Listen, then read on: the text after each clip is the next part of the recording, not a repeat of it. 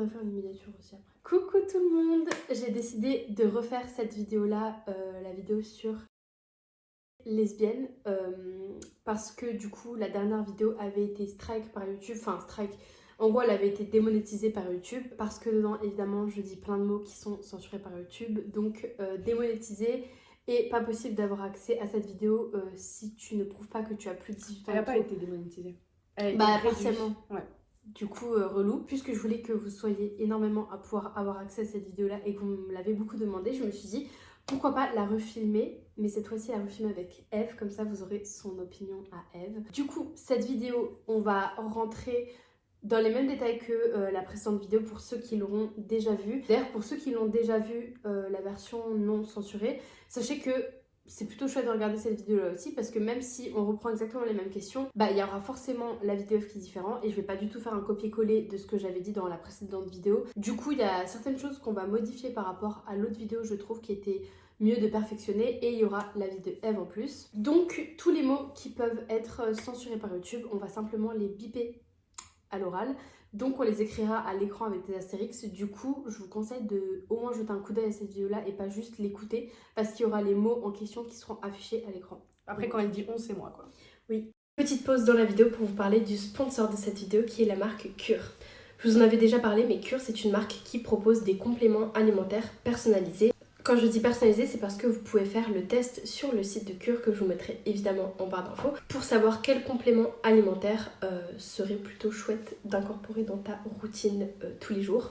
Perso, j'ai accepté de tester et de travailler du coup avec cette marque parce que ça m'intéressait de ouf, parce que j'ai jamais pris avant de compléments alimentaires, c'est quelque chose avec lequel je n'étais pas du tout familière. Et quand j'ai testé, c'était pendant la période de mon déménagement en fait, donc quand j'ai déménagé de mon ancien appart pour aller dans ce nouvel appart. Et je m'étais dit, Cri, ça va être sûrement une période stressante, fatigante, tu vas avoir zéro énergie parce que tu vas être dans le rush tout le temps. Et c'est exactement ce qui s'est passé. J'étais tous les jours un peu crevée. Les premiers jours, les premiers jours de déménagement, je dirais, quand j'ai commencé à faire les colis, les cartons, etc. J'étais réveillée de 7h du mat jusqu'à je sais pas quelle heure le soir. Donc c'était super fatigant.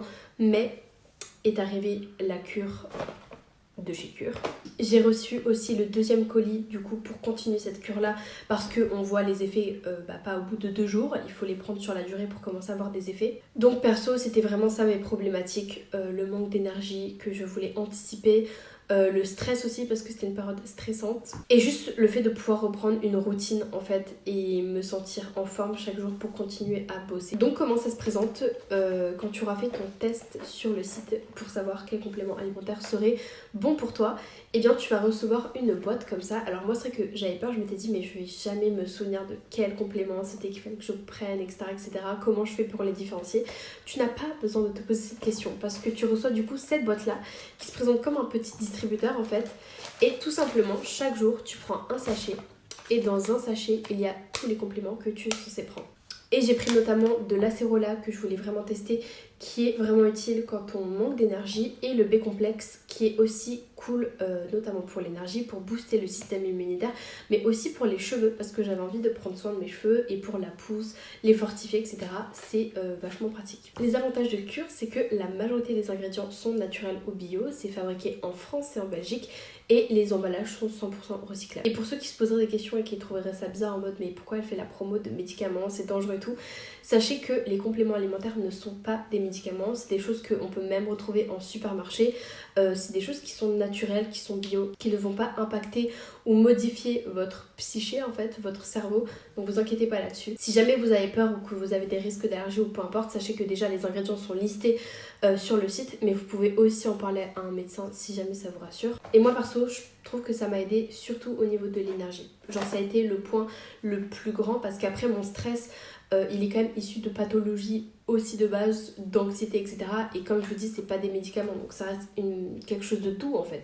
Mais pour le manque d'énergie, ça m'a de ouf aidé et ça c'est chouette. Et évidemment, que serait une vidéo sponsor sans un petit code promo pour que vous puissiez en profiter. Du coup, avec mon code Christina9101, vous aurez une réduction de 30% sur votre première commande et je trouve que c'est plutôt un bon deal de ouf en fait, 30%. Donc j'espère que ça vous fera plaisir et que ça vous aidera. C'est vrai qu'on en parle de plus en plus des bienfaits des compléments alimentaires ces derniers temps, je trouve. Enfin, en tout cas, moi j'en entends beaucoup plus parler et c'était vraiment une envie que j'avais testée. En fait, pour vous dire, j'en avais entendu parler par Marie, donc Enjoy Phoenix, qui avait fait une vidéo avec Cure notamment en sponsor. Encore merci à Cure d'avoir sponsorisé cette vidéo et je vous fais plein de bisous. On se retrouve pour le sujet de la vidéo. Alors, première question, est-ce que avec Eve t'a aidé dans ton rapport avec ton corps? Du coup oui, j'en avais déjà pas mal parlé, même avant de faire la vidéo. Attends, j'ai oublié ce que je voulais dire. Bah, si tu veux, à la limite, je peux dire ce que moi j'en pense de tout ça. Ouais, vas-y. Du coup, moi, ce que je pense de cette question, c'est qu'en fait, ce qui peut changer au rapport au corps, c'est pas spécialement le fait que ce soit moi, mais en fait le fait que ce soit une femme. Parce que j'ai eu d'autres expériences avant Christina, en ce qui concerne ma en général, et ça n'a pas été la joie, malgré tout ça avec des femmes. Et je pense qu'il y a plein de facteurs en fait qui jouent, et je pense que si on dit que la plupart du temps c'est peut-être plus simple avec une femme, c'est parce qu'en fait il y a cette empathie qu'on peut ressentir en termes de pression sociale ou par rapport à comment on imaginait le dans notre société actuelle. Pour le rappeler, notre société actuelle c'est régi et en tout cas vu par une vision majoritairement masculine. Je pense que c'est ouais, ça que ça a changé mon rapport avec mon corps. C'est que je trouve que en général dans les relations hétéro, en fait le corps de la fille il est plus utilisé comme un outil pour le plaisir de l'homme en fait.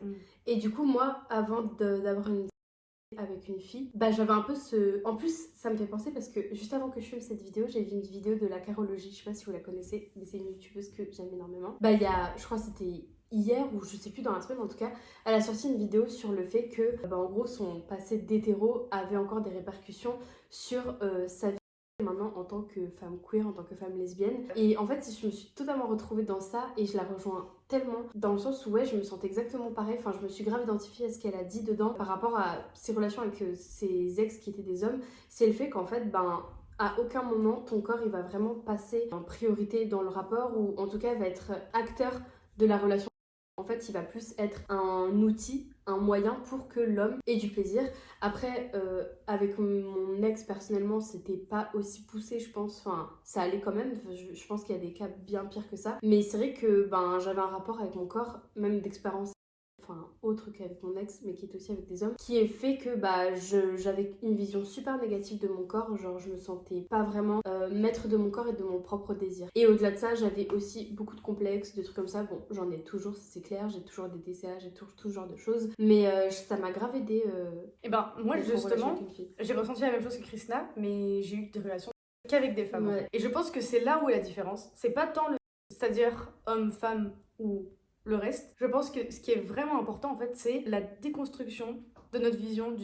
Parce que moi aussi je me suis sentie comme un outil avec des femmes qui voyaient la que à travers la norme hétéro en fait. Et je pense que c'est là où c'est le plus important et je pense que c'est là où il faut nuancer. Bien que la plupart du temps, quand on couche avec une femme en étant soi-même une femme, c'est plus simple de relate, ça c'est sûr. Deuxième question, comment se protéger dans les relations lesbiennes? Eh ben écoute, pour le coup, je me suis pas du tout renseignée sur le sujet. C'est-à-dire que moi j'ai toujours couché avec des femmes et par conséquent, je me suis jamais fait dépister. Ouais. J'ai jamais eu... je me suis toujours dit que j'étais safe et je pense que c'est là où c'est problématique un peu ma vision des choses parce que je me suis dit, à partir du moment où je ne couche pas avec un homme, ouais, on a je suis ok. Ça, ouais. Tu vois. Alors qu'en vrai, c'est vrai que moi je me suis renseignée pour le coup pour faire cette vidéo parce que même moi genre je savais pas tout ça avant de faire cette vidéo. Sachez que malheureusement les IST, donc les infections transmissibles, ça peut se transmettre même dans les relations lesbiennes. Avant de se demander comment se protéger et tout, il faut surtout voir qu'est-ce que vous allez entreprendre parlant.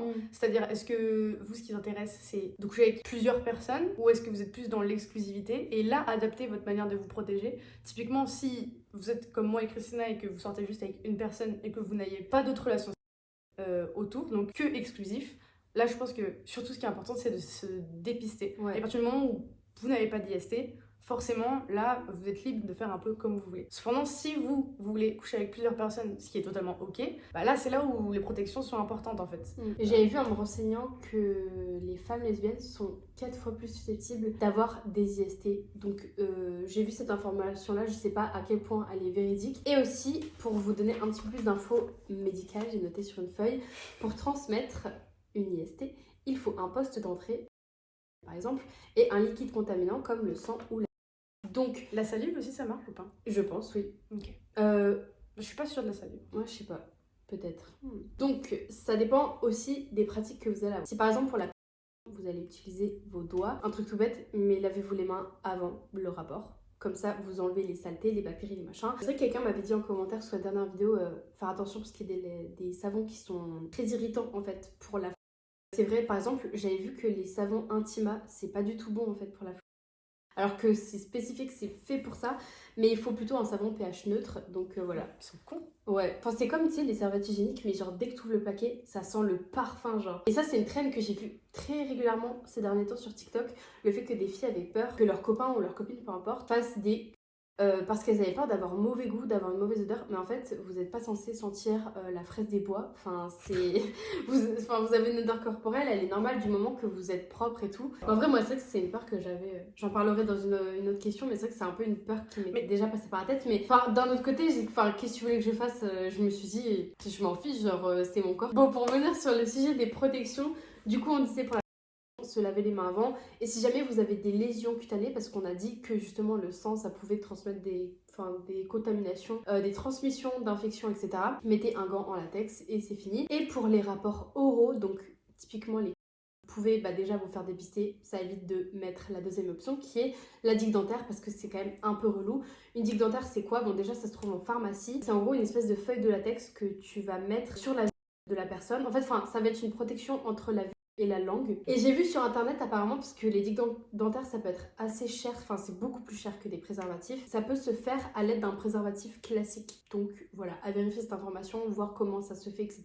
pour que ce soit quand même un peu correct quoi. Voilà les options que vous avez pour vous protéger un maximum des IST. Mais faites pas la même erreur que moi, c'est super important de se protéger. Moi ça se trouve j'ai chopé des trucs, j'en sais rien, parce que je me suis jamais fait dépister, ça c'est vraiment un problème. Donc je suis vraiment pas un exemple. Mais en même temps ça fait peur, genre moi je suis allée chez la gynéco une seule fois de ma vie et la seule fois où j'y suis allée c'était quand j'étais avec mon ex et que j'ai dû prendre la pilule et j'y suis plus jamais retournée alors que pourtant il fallait que je renouvelle mes prescriptions à chaque fois.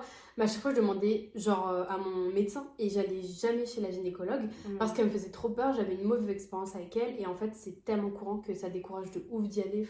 Après vous n'êtes pas du tout obligé de vous faire dépister chez les gynécologues d'ailleurs. Je vous recommande sincèrement les sages-femmes. Sages-femmes, mais même il y a des centres de dépistage, tu peux aller à l'hôpital. Une alternative à la gynécologie, tu vois, genre les sages-femmes quoi. Ouais, parce que les gynécologues, c'est vrai que ça fait tellement peur. Troisième question, est-ce que c'est vrai que quand on est souvent avec quelqu'un, les règles se synchronisent? Ça, je me rappelle cette question, ça m'avait fait rire. Souvent. Tu vois ce que je veux dire? C'est une légende à la base. Ça arrive, mais à la base, c'est pas censé arriver. Je pense que c'est un lien au-delà de la science ou quoi, et moi, ça m'arrive avec toutes les filles que je côtoie. Genre, il suffit que je vive une semaine avec une meuf, j'ai le même cycle qu'elle. Mais de ouf, toute ma vie, j'ai été quasiment à chaque fois réglée quand j'avais mes règles, parce qu'il y a une période où je vous en avais déjà parlé, où j'ai plus mes règles du tout, enfin bref, à cause de ma santé mentale notamment. Mais quand j'avais mes règles tout le temps en même temps que ma soeur, je vivais avec elle. Et quand l'année dernière, Eve est venue vivre chez moi, on sortait pas encore ensemble, elle est venue vivre chez moi parce qu'elle avait déménagé de base sur Nantes, et elle a commencé à vivre chez moi, et pile à ce moment-là, on a eu nos règles, mais plusieurs fois, Lola, toi et moi en même temps. Même à cette heure pas. Comment on fait s'il y a des pertes blanches avant le oral? Moi ce que j'avais dit dans la précédente vidéo, c'est que quand tu as des pertes blanches, c'est normal d'en avoir d'ailleurs, il n'y a rien du tout de bizarre. Si jamais ça te gêne, etc., tu peux juste aller te nettoyer avec une lingette, avec de l'eau, enfin vraiment littéralement tout bêtement de l'eau, et c'est parti quoi. Avant un rapport, j'aime bien être sûre que je n'ai pas de dépôt de pertes blanches, quoi que ce soit.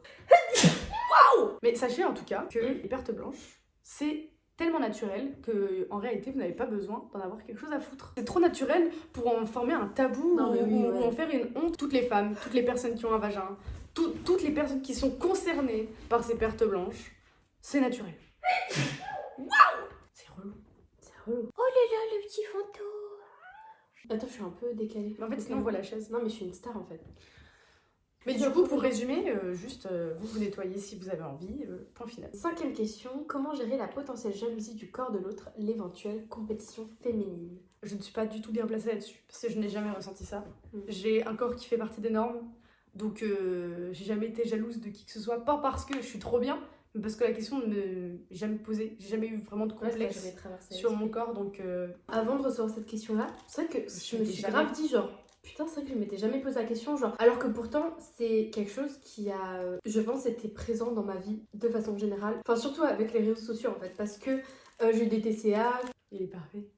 Quoi? Je l'ai parfaitement collé, tu vois, genre. C'est bien. C'est vrai qu'avec mes TCA, du coup, je me suis souvent comparée au corps que je voyais sur internet, je pense comme énormément de meufs en fait sur internet qui ont des TCA. Je ressentais pas forcément de la jalousie mais de l'envie. Genre pourquoi moi je suis pas comme ça, j'aimerais tellement être comme ça. Et c'est notamment ce genre de pensée qui a fait que j'ai eu des périodes de TCA assez prononcées, que j'ai perdu énormément de poids, que j'en ai repris, que j'en ai reperdu, etc. etc. Et qu'aujourd'hui mon cerveau est complètement fucked up par les TCA. Enfin je ne pense que à ça quasiment tout le temps dans la journée. Alors que pourtant physiquement j'ai guéri. Mais c'est quelque chose qui je pense ne me quittera pas malheureusement. Mais c'est un autre sujet. Moi j'y crois. J'espère aussi. Moi j'ai la foi. Malgré le fait que c'est quelque chose qui m'a un peu accompagnée toute ma vie, toute mon adolescence, ma vie de jeune adulte, etc. Je me suis pourtant jamais posé cette question-là avec Eve, mais même que quand on était encore amis. Hein. Genre j'ai jamais regardé le corps de Eve en l'enviant ou en étant jalouse en mode putain, Eve elle est fine, elle est musclée. Enfin j'ai l'impression que moi je suis pas du tout un objet de compétition pour la gente féminine, bien parce que mon corps est pas spécialement féminin, tu vois. Genre je veux dire, à part dans l'intimité, même quand je porte un maillot de bain, je suis en mode routier, tu vois, genre je suis en mode camionneur. Donc je pense que il y a ça aussi. Ça m'arrive surtout avec les gens sur internet, mais genre par exemple Luan, ça m'arrive pas. Toi non plus, genre je suis juste là en mode elles sont trop belles physiquement. Après, j'imagine si tu poses cette question-là, peut-être que tu as cette problématique. Dans ce cas-là, je te dirais déjà primordial, tu en parles à ta partenaire, cette potentielle jalousie. Comment en parler? Parce que il faut quand même un minimum de tact. Je pense qu'il faut pas culpabiliser la personne de son corps, parce que ça arrive très vite. Je pense qu'il faut vraiment aborder la chose comme... Enfin, moi j'ai un souci en ce moment, c'est que comme je suis pas heureuse avec mon corps et que le tien se rapproche vachement de mon idéal, j'ai du mal à me sentir bien pendant des rapports parce que j'ai cette pensée constante dans ma tête. Et en fait, faut pas s'attendre à ce que la personne vous donne la clé pour ne plus être jalouse. Je pense que c'est vraiment une façon de partager votre ressenti, ce qui est très important finalement dans la mais aussi dans une relation tout court en fait. Grave. Ça c'est important, c'est la première étape. C'est un point dont j'avais pas abordé et ça m'a fait penser dans une ancienne amitié à moi. Il y avait un peu ce truc là, j'ai l'impression de compétition, enfin j'en suis même persuadée maintenant. Cette personne là m'avait fait culpabiliser de ma couleur de cheveux, tout bêtement, parce qu'elle voulait la même couleur de cheveux que moi quand à l'époque j'avais toutes mes couleurs de cheveux, blablabla. Et elle m'avait dit en fait t'as la couleur que j'ai envie d'avoir et que je rêve d'avoir. Et ça me met mal parce que tant que tu l'as, j'ai l'impression que je pourrais pas réaliser mes rêves et tout. Et moi je suis là en mode mais enfin c'est ma couleur de cheveux que j'ai, je l'ai souvent changée, mais c'est une couleur de cheveux que je faisais depuis très longtemps, quoi, depuis même avant de connaître cette personne-là. Et je suis là en mode, merde, est-ce que ma couleur de cheveux l'empêche de réaliser ses rêves? Genre, je suis le facteur qui l'empêche d'être heureux dans sa vie, alors que non, en fait, c'est elle qui avait un problème avec le fait qu'on pouvait toutes les deux exister en ayant ce truc-là, et en fait, cette compétition-là n'avait pas lieu d'être, et c'est elle qui avait un problème à gérer avec ça, et donc le but, c'est pas de lui en parler en mode, il faut que tu changes ça, ou tu couvres ton corps, ou que tu me parles pas de ton corps, ou tu complimentes pas ton propre corps, parce que on a le droit de s'aimer. Je pense qu'il faut en parler en mode, voilà, moi j'ai des problèmes avec mon corps, j'ai eu ça comme passé, par exemple, je sais pas moi, des TCA, des machins et tout, et tu en parles à la personne en mode, je sais pas trop comment gérer ça, est-ce que tu pourrais m'aider, est-ce que je pourrais avoir des conseils là-dessus? Je suis persuadée que tu n'as pas besoin de changer ton corps pour l'apprécier, je suis persuadée que tu peux passer d'un stade de je n'aime pas mon corps à j'aime mon corps sans que ton corps n'ait changé en quoi que ce soit en fait. Je pense que c'est une mentalité à changer avant toute chose en fait. Puis la personne aussi, si ça se trouve, ne vous donnera pas de réponse et c'est ok, genre c'est-à-dire que c'est pas à elle de régler ce souci-là. En fait, en parler avec son partenaire ou sa partenaire, c'est important parce qu'il y a de l'échange en fait. Et personnellement, moi je sais que si j'adorerais que Christina m'en parle, je sais pas, déjà pour être au courant parce que j'ai pas envie de faire de bêtises ou quoi, enfin voilà quoi. Et juste, c'est ça le relationnel en fait, c'est se partager des choses, histoire d'évacuer de façon saine et de partager quelque chose qui est important pour vous finalement. Mais la personne, ça se trouve, n'a aucune réponse et c'est pas grave du tout parce que c'est pas à elle de vous les apporter. Après, la deuxième étape, c'est qu'il va falloir que vous travaillez dessus tout seul parce que c'est un chemin qui se fait tout seul. Dans le sens, c'est vous les efforts. Après, avoir des soutiens, bien sûr, mais ça viendra, il faut que ça vienne de vous. C'est ça le plus important parce que sinon, la démarche est que partielle et ça sera changé qu'en surface et ça reviendra. C'est cyclique. Et donc réapprendre par vous-même à vous regarder d'un point de vue nouveau et neutre et pas d'un point de vue altéré par quoi que ce soit d'autre. Question con, mais pas trop gênée par les ongles très longs. Tout bêtement, non, je ne suis pas gênée par les ongles très longs parce que j'ai pas d'ongles. Moi du coup j'ai des ongles longs, mais sur cette main-là, il manque de doigts. C'est comme ça que je fais parce que c'est con, mais il y a une personne sur Insta qui m'avait envoyé un DM en mode oui, je vois que tu portes les ongles longs et tout, genre elle a vu la main là en fait, et elle m'a dit mais comment tu fais pour que ça fasse pas mal à ta copine et tout, enfin parce que là ils sont longs, mais t'avais dit que tu gardais les ongles courts, mais est-ce que c'est ça pour toi des ongles courts? Alors non, ça c'est des ongles longs, ça ne s'approche de l'entrejambe de personne en fait cette main là. Par contre cette main-là, si du coup je garde 2 ongles plus courts, bah très courts même, enfin à ras quoi. Alors j'ai quand même des faux ongles dessus parce que je suis un peu coquette, donc voilà. Comme ça ma manucure elle est belle et cohérente. Mais ceux-là sont très courts parce que oui, vous pouvez blesser votre partenaire en fait. Mais sachez que les doigts sont nécessaires que pour potentiellement stimuler la zone du clitoris. Ouais, chose que vous pouvez entièrement vous séparer pendant un acte. Si vous avez envie d'avoir tous vos ongles longs, vous pouvez faire que clair. si vous en avez envie, ou alors frotter vos 2 zones érogènes ensemble. Ouais, il y a plein de choses que vous pouvez faire, vous n'avez pas forcément besoin de vos doigts. Ouais, genre, moi, c'est vrai que juste au cas où, peu importe ce qui va se passer, je préfère les avoir courts. En plus, j'avoue que c'est plutôt pratique parce que vu que je couds toute la journée, je fais des doudous, avoir 2 ongles courts, mine de rien, ça m'aide aussi pour pouvoir attraper l'aiguille, rembourrer des trucs, etc. Donc voilà, c'est pas que pratique pour moi pour ça, mais c'est vrai que typiquement, avant que je sois en couple avec une fille, je gardais pas 2 ongles courts pour le fun. Mais j'y trouve plusieurs avantages et pas que en parlant, donc voilà. Ton ressenti après ta première fois avec une fille. En vrai, ce serait intéressant aussi si jamais tu veux en parler de moi j'étais extrêmement jeune, donc je vous avoue que déjà de 1, je m'en souviens pas très bien. Ça m'a pas façonné de la meilleure manière, je pense. J'y connaissais rien. Moi je me suis énormément comparée aussi, que ce soit la mais beaucoup moins parce que je suis pas quelqu'un qui consomme beaucoup de... Je sais pas, j'aime pas ça spécialement. Mais oui, j'étais super jeune et très vite en plus, je me suis mis cette pression de faut que je sois performante, donc et j'en suis pas très bien. Et mes autres fois, elles ont été désastreuses, donc je trouve que la première fois, c'est vraiment ce qui pose les bases. Et je peux comprendre qu'on se fait vraiment beaucoup de pression, mais je pense que justement, si on arrive à faire sa première fois de façon très chill, vous sauvez votre avenir. Un truc de fou. Hein. Ouais, c'est vrai. Je pense que c'est genre beaucoup de gens veulent se renseigner pour savoir les positions, comment faire et tout. Moi, je pense que c'est une erreur. Moi, je pense qu'il faut vraiment prendre ça en mode... La première fois, déjà, c'est pas la plus importante. Dans le sens où c'est vraiment une erreur de se renseigner et tout. Dans le sens où, oui, je pense que c'est... genre, ceux qui ont besoin de préparation, je comprends, mais essayer de reproduire des positions, des façons de faire, je pense que c'est stupide. La première fois, tout le monde pense que c'est très important. Je pense que c'est très important sur des points négatifs, dans le sens où c'est très important parce que ça peut vous laisser des très mauvaises expériences. Mais la première fois, elle est très oubliable. Dans le sens où, de toute manière, ça sera jamais aussi bien que quand vous allez vraiment... après, les autres fois, la première se perd très vite parce que c'est tout nouveau, quoi. Vous attendez pas, ça sera jamais... Surtout, je pense que c'est un peu comme quand tu construis une relation de n'importe quel type, par exemple, relation amicale. Genre, vos premières sorties ensemble et tout, ce sera sûrement moins bien que toutes les fois d'après parce que vous allez apprendre à vous connaître, en fait. C'est ça. Et savoir ce que vous aimez, ce que vous n'aimez pas, les trucs que vous voulez tenter, tout ce genre de choses, connaître vos sensations, votre corps, etc. Donc, en vrai, c'est vrai que la première fois n'est pas si importante, mais après, moi, perso, c'est vrai que j'ai eu une première fois avec un garçon et une première fois avec une fille, ce qui ont été 2 choses totalement différentes pour moi. Et ma première fois avec une fille, pour le coup, je l'ai vécu, de façon vraiment différente que ma première fois avec un garçon. Mais en fait, toi, c'est tellement différent. Genre, moi, j'ai fait ma première fois tout court et c'était avec une fille. Et toi, c'est vrai que tu avais déjà eu d'autres expériences avant ta première fois avec une fille, ce qui change complètement la donne, tu vois. Ouais. Alors après, je crois pas vraiment. Enfin, en tout cas, je pense pas être dans le déni quand je dis ça. Mais je suis pas sûre que quand j'ai fait ma première fois avec une fille, j'avais vraiment ce conditionnement de c'est comme un rapport hétéro, il faut que je m'attende à la même chose, etc.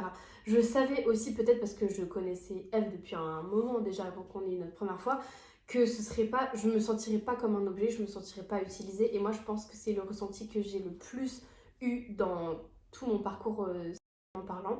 C'est vraiment cette sensation, comme j'en avais parlé en début de vidéo, d'être un peu utilisée. Souvent le rapport hétéro, il se finit quand l'homme a fini de et une fois qu'il a... En général, la plupart du temps, c'est là que le rapport va se finir. Et la fille, du coup, si elle n'a pas eu de quoi que ce soit, c'est un peu de tant pis pour elle. Et on se retrouve la prochaine fois, quoi. Alors que là, je trouve que c'était totalement différent. Parce que, comme je le disais, j'ai l'impression d'être actrice. Et pas que genre... Spectatrice. Ouais, c'est ça, limite spectatrice. Non, mais c'est chaud de dire ça, tu vois. Genre, c'est super red flag de dire ça, mais oui, c'est un peu ça. Moi, en plus, après, je pense qu'il y a aussi une différence d'âge. Ma première fois, c'était il y a quelques années. Et je veux dire, j'avais pas mal de traumatismes. Genre, pour moi, ma première fois, c'est différent de première fois, genre consentie ou pas, en fait. Genre, je considère que ma première fois, c'est la première fois où ça a été consenti, en fait. Et pour le coup, vu que j'avais des traumatismes, etc., j'ai fait du... J'ai fait plein de trucs comme ça allait pas du tout. En gros, concrètement, ça ne rentrait pas. Et ça a été très compliqué en fait pour que ça aille mieux de ce côté-là. Ça a mis beaucoup de temps.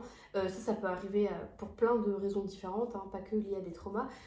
Mais pour le coup, moi, c'était lié à des traumas surtout. Et du coup, j'avais déjà pas tous ces problèmes avec Eve. Et en plus de ça, je me sentais beaucoup plus en confiance. Alors que pourtant, ça faisait, je pense, 2 ans que j'avais eu aucun rapport ou quoi que ce soit.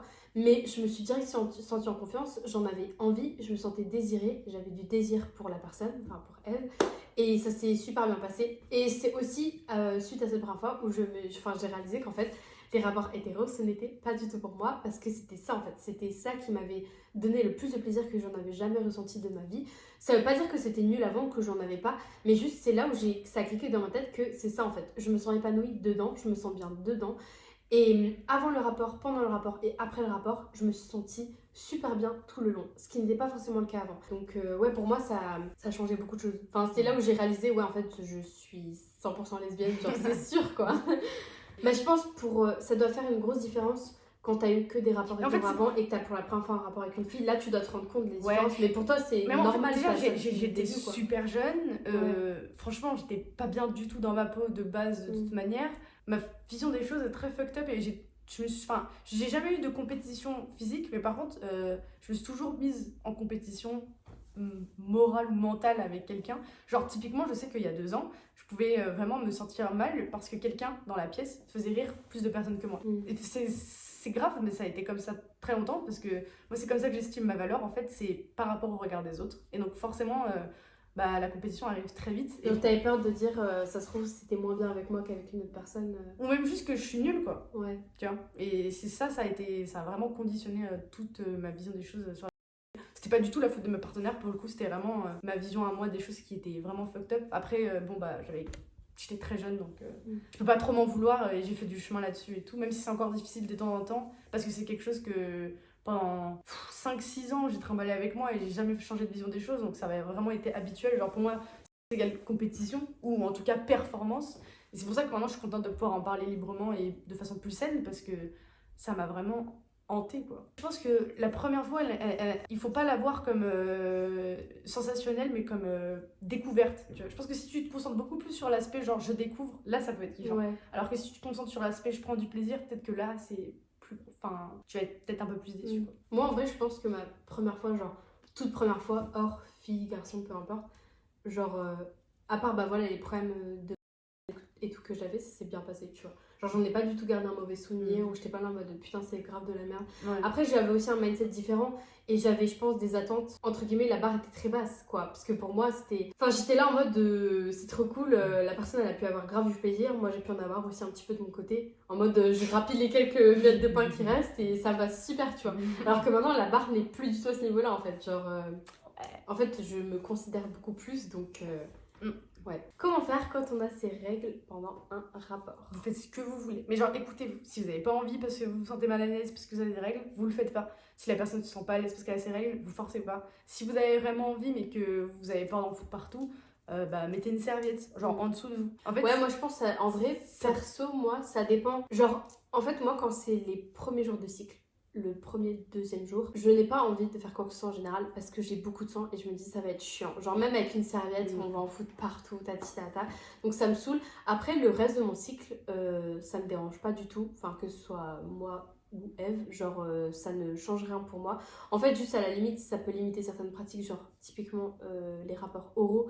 Mais en soi, vous pouvez toujours utiliser, faire la ou des frottements ou peu importe, juste ça va tâcher, ça va tâcher, mais... oui en fait voilà ça va tâcher, mais à la limite on s'en fout tu vois, genre forcément de toute façon tu sais très bien quand tu vas avoir un rapport et que tu vas avoir, que l'une de vous deux ou les deux ont leurs règles, je dis l'une mais bon il y a des personnes aussi qui n'ont pas les pronoms elles qui ont leurs règles aussi, je tiens à le préciser parce que c'est vrai qu'on me l'a rappelé dans l'autre vidéo et c'est vrai que je l'avais pas dit en vidéo donc c'est important de le rappeler quand même, mais dans tous les cas si il y a du sang pendant les rapports, vous allez en avoir forcément en fait. Fanto, il a ouvert le tiroir de ma coiffeuse.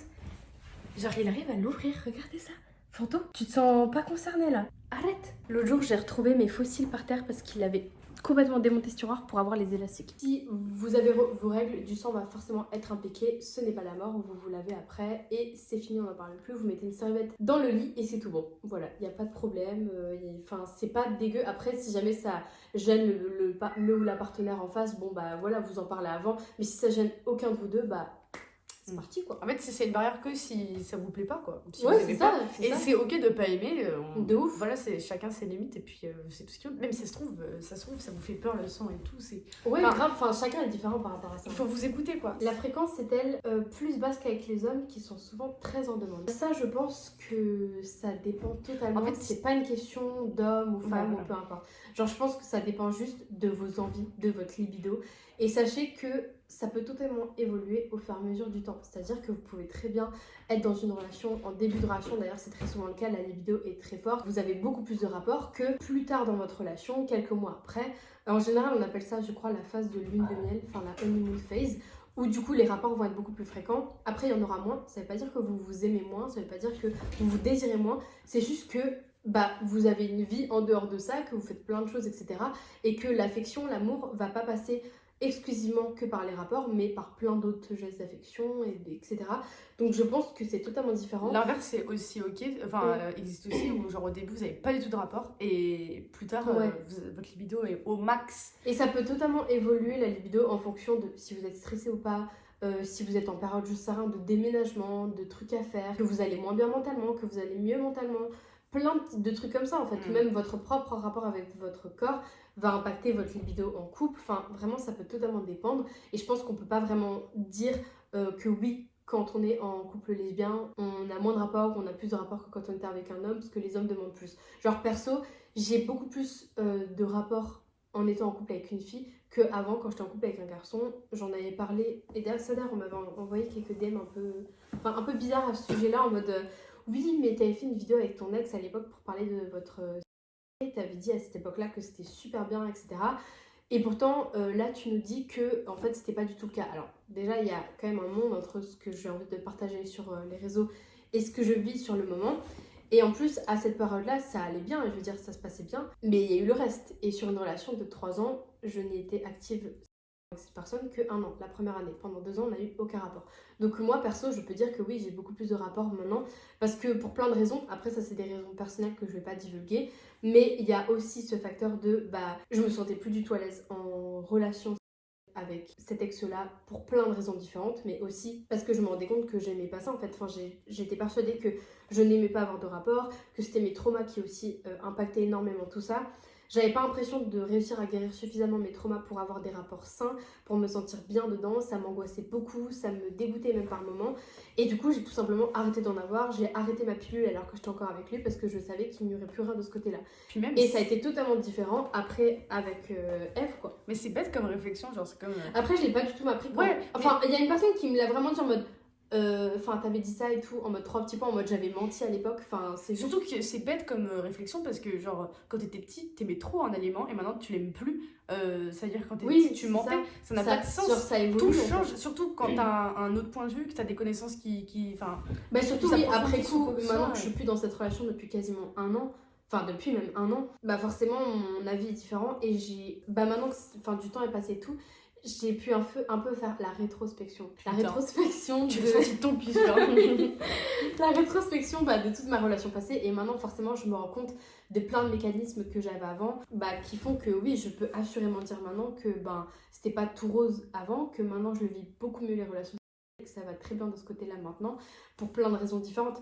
Et peut-être que je dirais autre chose de différent dans 1 an, dans 2 ans, dans 10 ans. Enfin, en fait, c'est juste ça évolue avec le temps et j'ai évolué aussi. Je suis sortie d'un déni de certaines choses, j'ai guéri de certains traumas notamment. Donc voilà. Comment s'est passée ta première fois? Tu as eu des appréhensions? Bon, moi j'ai déjà parlé de ma première fois. Oui, en vrai, je l'ai un peu abordé tout à l'heure du coup sur la précédente question, mais ouais, j'avais des appréhensions. Mes plus grosses appréhensions, c'était même pas tant le fait de me dire est-ce que je vais faire de la merde ou pas, qu'est-ce que je suis censée faire. Je me suis même pas tant posé cette question-là parce qu'en soi, genre, j'étais pas dupe et j'étais déjà renseignée aussi sur comment se passait un rapport lesbien. J'étais pas dupe. Et après, et surtout après, enfin, je veux dire. T'es pas là. Une fois je me suis cramé le sourcil en voulant allumer le clope. Bref. Mais du coup mes appréhensions c'était plutôt elle va me trouver dégueulasse, elle va me trouver moche, alors que c'était la première fois où je me mettais à nu, enfin physiquement mais j'étais nue quoi, nue comme un verre. Du coup, je m'étais dit, elle va me trouver super moche quoi. Oui. Je m'étais dit, ça se trouve, elle va me trouver super moche et tout. Et je pense que c'est la peur que j'avais le plus qui me tordait le plus le ventre quoi. Parce qu'il y a eu toute cette période voilà, de flirt, etc. où je savais que ça allait se passer bientôt. Mais je savais pas quand exactement forcément. Genre, on s'est pas dit, à telle date, à telle heure, on va faire notre première fois. Du coup, j'avais cette appréhension-là tout le temps, que j'avais au fond de ma tête. Au final, ça s'est très très bien passé. Sur le moment même, je n'ai même pas pensé vraiment à ça. Enfin, j'ai commencé à le penser quand je me suis déshabillée, etc. Enfin, quand on s'est déshabillée, bref, je vais pas vous faire un topo de ce qui s'est passé. Une fois que c'était lancé, c'était très très bien et voilà. On n'arrive plus à la machine. Mais avoir des appréhensions pour une première fois, c'est normal. Et quand je disais qu'il faut déconstruire tout ça, c'est pas arrêter d'avoir des appréhensions. Je pense que c'est surtout important de pas se mettre la pression. Les appréhensions, c'est naturel, mais c'est comme les préjugés, ça vient automatiquement, mais il faut savoir s'en détacher. Et c'est ça le plus important. Et comment s'en détacher, comme j'avais dit précédemment, en déconstruisant sa vision de... Et vraiment de considérer ça comme un moment de partage ensemble. Et ça, tout le monde sait faire, partager normalement. Est-ce que vous vous sentiriez de tester à 3 dans votre... Non. Moi, je suis chaud. Mais non, moi ça m'intéresse pas, je suis plus très exclusif en termes de relation. Si un jour Christina en aura envie, ce sera peut-être la fin de notre relation. Bah moi je sais que je n'en aurai jamais envie parce que je suis assez positive et jalouse. Non, en vrai je suis pas jalouse du tout, c'est pas vrai. Tu trouves? Quand une fois j'étais à la patinoire et qu'il y avait des meufs qui m'ont demandé mon numéro. Ouais mais attends, ça c'est normal, il y a des meufs qui demandent le numéro de ma meuf. Forcément je vais pas être là en mode hihi, tu leur as donné j'espère. Est-ce que c'est vrai que le sexe lesbien est plus facile pour prendre du plaisir / avoir un... Je pense pas que ce soit plus facile, en fait. Je pense que vraiment, le seul truc qui pourrait être plus simple, c'est qu'en face, vous avez quelqu'un, genre par exemple, si vous êtes lesbienne et que vous êtes une femme, du coup, et que vous sortez avec une femme, mais c'est plus simple parce que vous pouvez relate, en fait. Soit vous avez le même corps, approximativement, soit vous ressentez les mêmes choses, soit justement, vous avez une sensibilité qui est plus ou moins proche, et c'est là où ça peut être plus simple. Or, ça ne change rien, finalement, le de la personne, / le genre de la personne, parce qu'au final, tout passe par la vision du sexe, en fait. Donc je pense que ce qui est plus simple, c'est quand la communication est simple, quand la communication est fluide. Ce qui, souvent, on pourrait du coup faire un parallèle qui est plus simple quand on est deux femmes, vu qu'on se comprendrait théoriquement mieux. Mais même, je pense qu'au-delà de ça, il y a le fait que, genre, très souvent, quand un homme est impliqué dans une relation, il a grandi en tant qu'homme dans la société patriarcale qu'on connaît, etc. Et donc, lui, il a cette vision de... qu'on lui a toujours appris, et en fait que même les femmes hétéros qui sont en couple avec des hommes vont avoir, qui est que le rapport finit quand il a fini de jouer, quand lui. Et donc très souvent le plaisir de la femme est un peu mis de côté malheureusement par rapport aux relations lesbiennes. Et ça c'est malheureusement la faute à tout ce système de pensée qui est fait par des hommes pour des hommes. Et donc très souvent c'est pour ça qu'on dit que le sexe lesbien, enfin dans le lesbien, on ressent plus de plaisir. Après, je pense pas que c'est plus simple, mais en tout cas, je pense que c'est différent. Ça, c'est sûr, c'est deux mondes différents. C'est une appréhension complètement différente. C'est aussi une vision qui est censée être différente également. Après, vraiment, tout dépend de la personne, de comment la personne voit les choses, de ce qu'elle a vécu, etc. Donc, forcément, c'est très flou comme question et c'est très difficile d'y répondre. Après, je pense que le plus simple, c'est d'échanger avec les personnes qui sont autour de vous. Ça vous donnera une idée plus ou moins floue de la chose, mais je pense que vous serez sûr de comment ça se passe une fois que vous aurez essayé. Et je comprends qu'il y ait des questions, et de toute façon pour la visibilité c'est super important d'en parler, mais je pense que c'est dangereux de dire que c'est forcément mieux, parce que j'ai fait l'expérience qu'avec des femmes, je peux vous dire que ça peut être vraiment nul à chier quoi. Ça m'a vraiment créé des traumatismes, et pourtant ça a été des femmes, mais je pense que ça dépend vraiment de la vision des choses. Et en général on a tendance à penser que les femmes sont plus déconstruites, moi je pense que c'est le cas. Ça tient qu'à moi, mais moi je pense sincèrement et j'en suis convaincue. Mais il reste quand même des femmes pas du tout déconstruites là-dessus. Et forcément, quand vous avez des rapports avec ces femmes-là, c'est une horreur. Ou alors des femmes qui ont tout simplement une vision hétéronormée de... Voilà. Alors que pourtant, c'est des femmes avec des femmes, quoi. Voilà. Donc voilà, moi j'aurais tendance à dire oui, mais le oui, c'est pas parce que c'est lesbien, mais parce que la personne est un peu plus déconstruite, a un peu plus conscience des problématiques qu'il y a autour. Qu'est-ce que tu penses des ciseaux dans une relation lesbienne? Bon, ceux qui savent pas, les ciseaux, c'est une position, en gros, de frottement entre... En fait, non, c'est entre deux... Oui, enfin, Oui. Et grosso modo, pourquoi on aborde la question du ciseau, moi je pense que c'est surtout parce que le ciseau, ça a été une position un peu emblématique des lesbiennes, mais pas vraiment pour les lesbiennes, parce qu'en réalité, c'est une position qui demande énormément d'efforts, sachez-le, et donc très peu souvent utilisée. Enfin, de toutes les lesbiennes que je connais, honnêtement, je pense que le ciseau, c'est ce qu'on fait le moins, en tout cas dans mon cercle privé. Et honnêtement, je n'ai jamais... Enfin, je crois que je l'ai fait 1 ou 2 fois. Je n'en tire rien de cette position. Et en fait, c'est vraiment une vision hétéronormée du ciseau. C'est vraiment le fantasme plutôt masculin, hétérosexuel qui regarde du lesbien parce que c'est de Bah, ça, c'est vrai que j'avais vu ça, ce fact-là qui est quand même assez parlant, je trouve. Mais quand vous allez sur les catégories lesbiens des sites, très souvent, enfin, c'est même quasiment tout le temps le cas, déjà, tu le vois à la miniature quand la vidéo de lesbien a été faite par des hommes. C'est vraiment fait juste pour attirer des hommes et exciter des hommes. Ce n'est pas fait pour exciter des lesbiennes, je vous le dis. Enfin, ça se voit direct, en fait, ça se voit à la miniature, ça se voit au script de la vidéo, ça se voit comment c'est tourné. Tu vois même que les deux meufs ne se regardent même pas, elles regardent le caméraman ou le mec qui est juste à côté. Enfin bref, très souvent c'est juste pour le fantasme du mec, les relations lesbiennes. Et dans la majorité de ces vidéos-là, qui sont visées justement à exciter les hommes, la position que tu vois en miniature, la position que tu vois tout le temps, c'est le ciseau. Parce que c'est une position qui a été énormément utilisée, fantasmée et tout, par les hommes, pour les hommes. Alors que pourtant c'est une position entre deux personnes avec un quoi. Donc c'est vraiment compliqué. Déjà, elle fait partie du Kama Sutra lesbien, ça c'est sûr, elle existe, mais elle est pas si réputée que ça. Ouais, en fait, je pense que c'est vraiment le cliché hétéronormé de la position en mode vous êtes lesbienne, ou vous faites le ciseau, faites le ciseau. C'est ça. Enfin, moi, c'est genre le premier truc qu'on me dit, même parfois, très souvent, quand on se prend des remarques homophobes, ces remarques homophobes vont faire mention de cette position-là. Donc c'est quand même assez bizarre, tu vois. Après, ça veut pas dire que les lesbiennes n'aiment pas cette position-là du tout. Oui, me faites pas dire ce que j'ai pas dit, parce qu'il y a une personne qui m'avait dit ça en commentaire, elle avait écrit un pavé, elle avait parlé. Long comme un lundi, le pavé. Genre, c'est ok en fait d'aimer ça et tout. Oui, il y a des femmes qui aiment ça, oui, il y a des hommes que c'est pas, mais voilà. Mais bon, c'est vrai que quand c'est mentionné, c'est très souvent stigmatisé, et en plus, c'est pour réduire toute à une position qu'on ne fait très peu, pas souvent, peu réputée. Enfin voilà. Donc bon, qu'est-ce qu'on en pense? C'est chouette, mais en fait, de toute façon, quoi qu'il arrive, c'est une remarque qui est déplacée, pas parce que c'est une stigmatisation, mais bien parce que ça part de quelque chose d'intime que tu n'as même pas évoqué. Pourquoi genre en mode c'est trop bizarre, en mode du coup vous faites le ciseau, c'est trop bizarre, genre pourquoi t'abordes ma... Genre on pourrait me dire du coup tu fais le 69, du coup tu fais un... C'est un truc que tu n'as pas abordé, surtout si on se connaît pas, surtout même si t'es un ami proche et qu'on n'a pas parlé de ça, pourquoi c'est juste bizarre, parce que c'est intime en fait. Quelle position vous conseillez à des débutants? Je conseille pas de position en fait, parce que bien qu'il y ait un Kama Sutra du coup hétéro et un Kama Sutra lesbien, avec des noms à dormir debout, genre cheval à bascule, je pense sincèrement que on n'a pas besoin de ça pour kiffer. Et ça rejoint mon point tout début, c'est un moment de partage. Alors certes, il y a des façons de faire, c'est-à-dire ne pas trouer l'intérieur de votre copine. Je dis ça parce que moi ça m'est arrivé. Ne pas faire ça, ne pas faire de trous. Écoutez, je pense que c'est vraiment genre essayer des trucs. Si la personne n'aime pas, tant pis. Et surtout, si la personne kiffe, continuez. Après...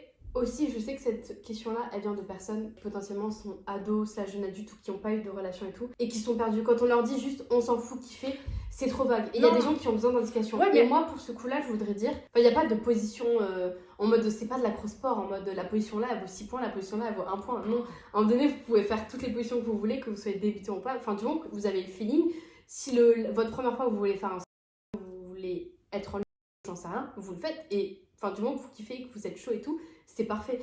Mais je pense que quand on parle de position débutant, c'est des trucs qui sont plus doux ou peut-être plus accessibles. Et ça peut être tout con, mais ça peut être juste caresser de la personne en étant l'une sur l'autre. Enfin, une qui va du coup être au-dessus de l'autre. Ou alors juste l'une à côté de l'autre et vous vous caressez mutuellement. Enfin, ça peut être des trucs tout simples en fait. Ouais, et puis les rapports oraux, tout simplement, Enfin voilà, je pense que c'est le truc. Je pense que ça c'est genre le truc qui fait le plus peur en mode mais comment on fait ici et ça. Peut-être que j'en parlerai dans une autre vidéo, mais en vrai sachez que vous pouvez vous renseigner sur internet. La chaîne Pure Human Soul, je sais pas si elle a parlé de relations lesbiennes, mais on m'avait dit de la dernière fois parce que j'en avais parlé dans la vidéo non censurée qu'elle était pan. Donc peut-être qu'elle en a parlé, je sais pas, et elle rentre dans les détails. Donc sachez que c'est vraiment un guide spirituel de la cette chaîne-là, donc je vous le mettrai en barre d'infos. Mais vous pouvez en trouver partout sur internet des sites, même faits par des femmes, c'est mieux en général, sur comment littéralement faire un à une personne qui a une. Donc voilà. Comment faites-vous pour faire l'amour avec des jouets doigts frottement? Enfin, je sais pas trop quelles indications vous voulez, mais ça part sur aussi les positions en fait. De toute manière, quoi qu'il arrive, il y a des zones à stimuler, notamment à l'intérieur du il y a aussi des points sensibles. Enfin voilà, c'est toutes les sensibilités qui sont assez différentes pour chaque corps. Il faut juste les connaître. Donc se renseigner, demander à la personne. Si la personne ne sait pas, découvrez ça ensemble. Mais avec des jeux d'autre manière, ça sera stimuler les points sensibles. Avec vos doigts, c'est pareil. Et avec frottement, c'est toujours au niveau des points sensibles. Les points clés, c'est surtout le clitoris. Bon, après, il y a aussi le clitoris interne, c'est-à-dire que la paroi du clitoris s'étend à l'intérieur du vagin. C'est ce qu'on appelle souvent le point G, ce fameux point G introuvable. Il y a ça aussi, voire même à l'intérieur du cou. Enfin voilà, il y a toutes les zones sensibles. Et vous pouvez totalement utiliser, comme dit dans la question, des jouets. C'est totalement ok. Vous en avez de plein de types différents. S'il vous plaît, juste les jouets, désinfectez-les quoi.